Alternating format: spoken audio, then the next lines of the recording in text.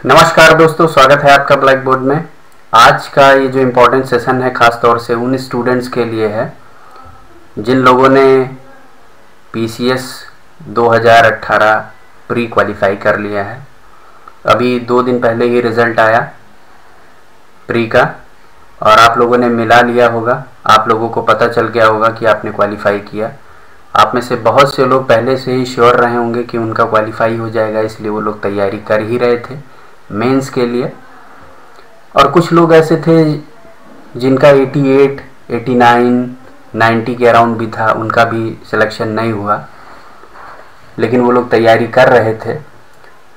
तो जिन लोगों का हो गया है उनको बहुत बहुत बधाई, और जिन लोगों का नहीं हुआ है वो लोग ये ध्यान दें कि क्या उनके अंदर कमियां रह गई थी, क्यों उनका 92, 93 तक नहीं पहुंचा, 96 तक नहीं पहुंचा, 100 तक नहीं किया उन्होंने। दोस्तों, ये अब समय ऐसा है कि जहां पर आपको अपनी कमियों को पता करना होगा और उसके बाद उस हिसाब से रणनीति बनानी होगी, फिर आगे की तैयारी करनी होगी। 2018 का जो एग्ज़ाम है, जो मेंस, वो टाइम से ही होगा। जून में इसकी जो डेट दी गई है, इस बात की पूरी पॉसिबिलिटी है कि गवर्नमेंट उस तारीख तक करवा ले। अगर नहीं भी करवा पाएगी तो हद से हद ये 1.5 या 2 महीना डेट इसकी आगे बढ़ेगी।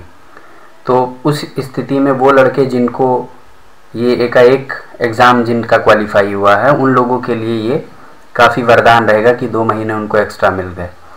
लेकिन जो पिछले कई दिनों से तैयारी कर रहा था उसको ज़्यादा फ़ायदा होगा, उनका एक अच्छे से रिवीजन हो जाएगा। ये पर्टिकुलर सेशन जो मैंने आज आप लोगों के सामने प्रेजेंट कर रहा हूँ, इसमें मैं बस यही बताना चाहता हूँ कि वो स्टूडेंट जिनका किसी कारण से नहीं हुआ है, जिनका 2018 के पीसीएस में नहीं सिलेक्शन हुआ है प्री में, वो निराश बिल्कुल भी मत हो, बिल्कुल भी निराश मत हो, क्योंकि 2019 के लिए कमर कस लें। ज़्यादा दिन नहीं बचा है इसके एग्ज़ाम होने में भी। तो ये मान के चलिए यहाँ पर भी 1200 सीटें लगभग रहेंगी। 1000+ तो रहना ही है पक्का, इतनी सीटें रहनी हैं इस बार। ऐसा कुछ सूत्रों से पता चल रहा था कि जो सीटें हैं वो 1200 होनी थी, लेकिन 1200 हो नहीं पाई। तो वो नेक्स्ट टाइम चांस है कि 2019 के लिए 1200 हो जाएं। इसलिए मैं आप लोगों से ये कहना चाहूँगा कि जो लोग भी जिनका सिलेक्शन नहीं हुआ है किसी कारण से, और जिन्होंने इस बार पहली बार दिया था और उन्होंने 80 या 85 क्वेश्चन तक करेक्ट किए थे, वो लोग बिल्कुल सही डायरेक्शन में हैं। तैयारी जोरदार रखें, तैयारी में कोई कमी ना रखें। मैं ये भी बता देना चाहूँगा कि 2019 का जो पेपर है वो भी 2018 के तरह से ही रहेगा। मतलब क्वेश्चन का स्तर काफ़ी हल्का रहेगा, क्वेश्चन का स्तर हल्का रहेगा, ये बात आपको ध्यान रखनी होगी।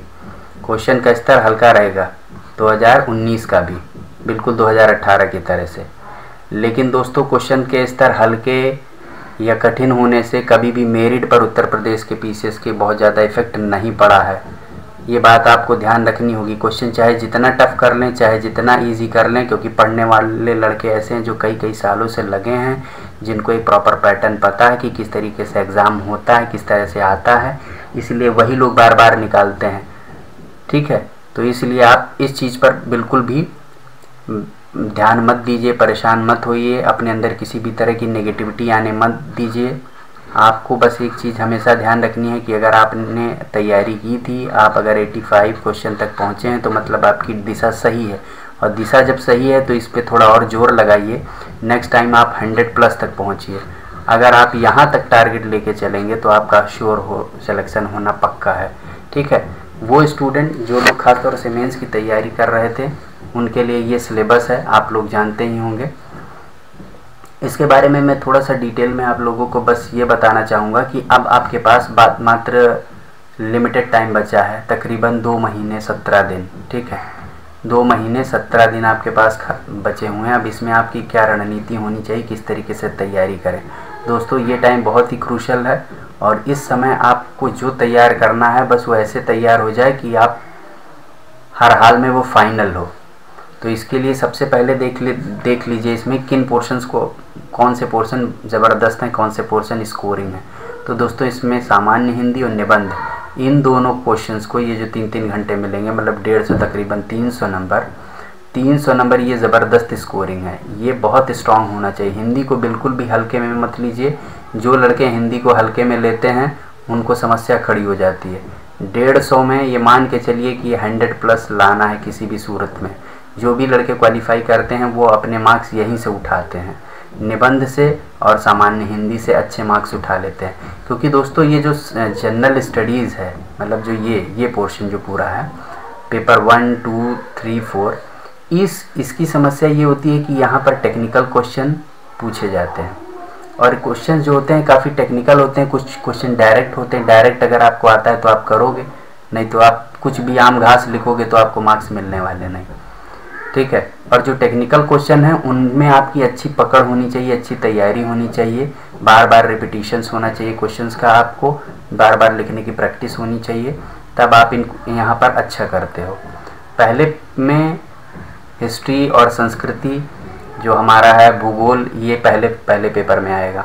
दूसरे में पॉलिटी है, तीसरे वाले में साइंस एंड टेक्नोलॉजी है, एग्रीकल्चर है, इकोनॉमी है, और चौथे में आपका नीति शास्त्र है। दोस्तों ये जो चौथा पेपर है ये काफ़ी कठिन पेपर है। कठिन उन लोगों के लिए ख़ास तौर से है जो हिंदी मीडियम से पेपर देने जा रहे हैं। हिंदी मीडियम से इसलिए क्योंकि काफ़ी क्लिष्ट शब्दों का इसमें इस्तेमाल किया जाता है और इसे समझना भी थोड़ा कठिन है। तो अगर हो पाए तो इस चौथे पेपर के लिए आप लोग कहीं से भी इतने समय में कोचिंग ज़रूर कर लें। अगर इसके लिए आप कोचिंग नहीं करना चाहते हैं, खुद से तैयारी कर रहे हैं और आपको लगता है ये आप बेहतर तरीके से तैयारी कर सकते हैं तो ठीक है।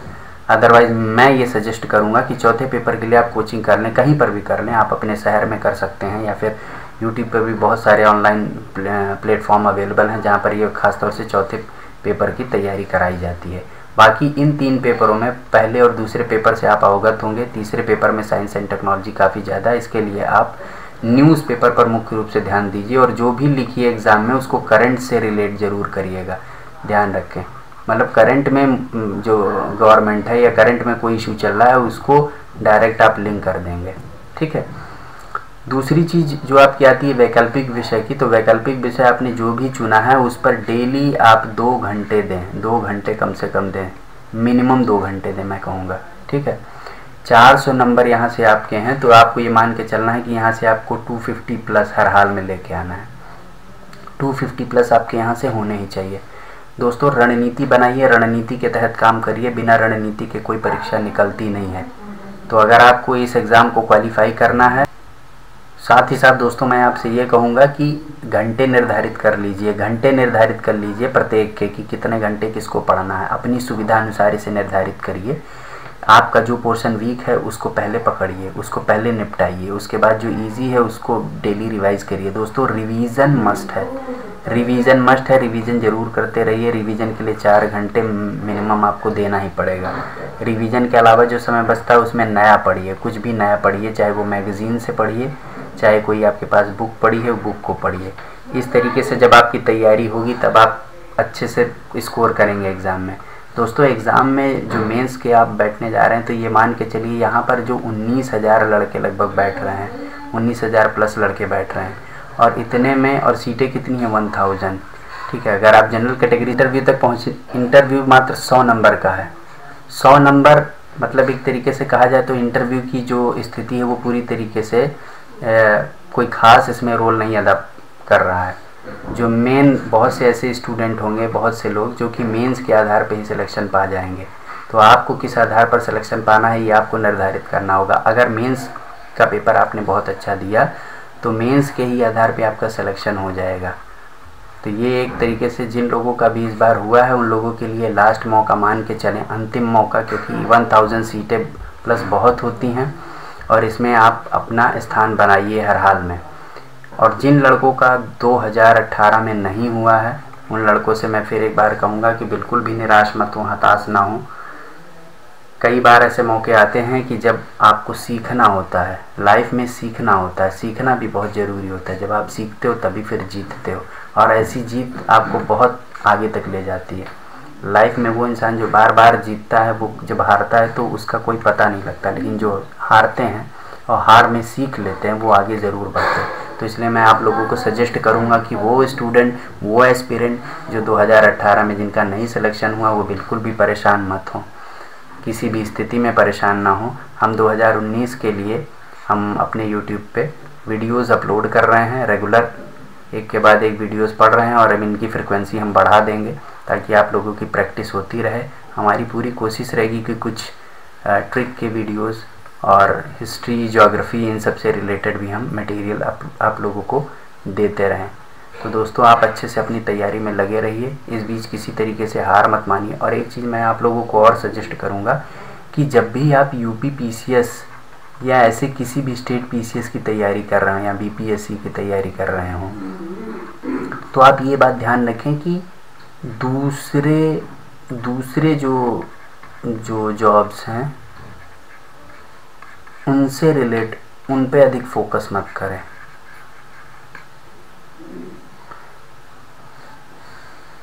दूसरे जो जॉब्स हैं उन पे अधिक फोकस मत करें। आपका प्राइम फोकस सिर्फ ये जॉब्स ही होनी चाहिए। मतलब अगर आप स्टेट की तैयारी कर रहे हैं, स्टेट एग्ज़ाम्स की, खासतौर से स्टेट पब्लिक सर्विस कमीशन की, तो बस इन पे ही फोकस रहें। और दूसरे एग्ज़ाम, क्योंकि इससे आपकी एनर्जी बढ़ जाती है और आपकी तैयारी में चूक हो जाती है। दोस्तों, बार बार आप एग्ज़ाम में बैठते हैं, बार बार आपका सिलेक्शन नहीं हो पा रहा है। इसका एक कारण ये भी है कि आप तैयारी कर रहे थे स्टेट पब्लिक सर्विस कमीशन की और बीच में निकली बैंकिंग की जॉब, आपने बैंकिंग के लिए अप्लाई कर दिया, आपकी एनर्जी टोटल वहाँ लग गई। तो इसीलिए आपको ये भी ध्यान देना है कि आप जब एक चीज़ पे फोकस हो तो सिर्फ एक पे ही फोकस हो, इसी से आपकी सफलता मिलेगी। ठीक है, जिन लोगों का भी क्वालिफाई हुआ है उन लोगों को पुनः हमारी एक बार बहुत बहुत शुभकामनाएं, और जिन लोगों का नहीं क्वालिफाई हो उन लोगों से यही कहूँगा, अपनी कमियों को देखो, अपनी कमियों को छांटो और उन पर काम करना सीखो। किस पोर्शन में आपके कमी रहेगी? क्या आपका करंट अफेयर वीक था? आखिर में जिनका सिलेक्शन हुआ वो क्यों हुआ? क्योंकि उनके ये पोर्शन स्ट्रांग रहे होंगे। तो करंट अफेयर क्या आपका वीक था? क्या आपका हिस्ट्री पोर्शन वीक था? क्या आपका पॉलिटी वीक था? कौन सा पोर्शन आपका वीक है? जो पोर्शन वीक है उसको धारदार करो और नेक्स्ट टाइम और भी ताकत के साथ बैठो, दुगनी ताकत के, ताकि 2019 क्वालिफाई हो। तो चलिए, आज के लिए बस इतना ही। ये एक तरीके से थोड़ा इंस्पिरेशनल था, मोटिवेशनल एक वीडियो हम लोगों ने बनाया, सोचा कि आप लोगों तक पहुँचे इसके द्वारा, क्योंकि हमने भी जो प्रेडिक्शन किया था वो सटीक नहीं बैठा। काफ़ी जगह से हमने भी डेटा कलेक्ट किया था, हो जाता है ऐसा क्योंकि ये ह्यूमन एरर होती है। बट हम आपसे यही कहना चाहेंगे कि आप अच्छे तरह से लगिए, जोरदार तरह से लगिए, हार मत मानिए। ठीक है, हार मत मानिए, इस हार से कुछ सीखिए और आगे बढ़िए।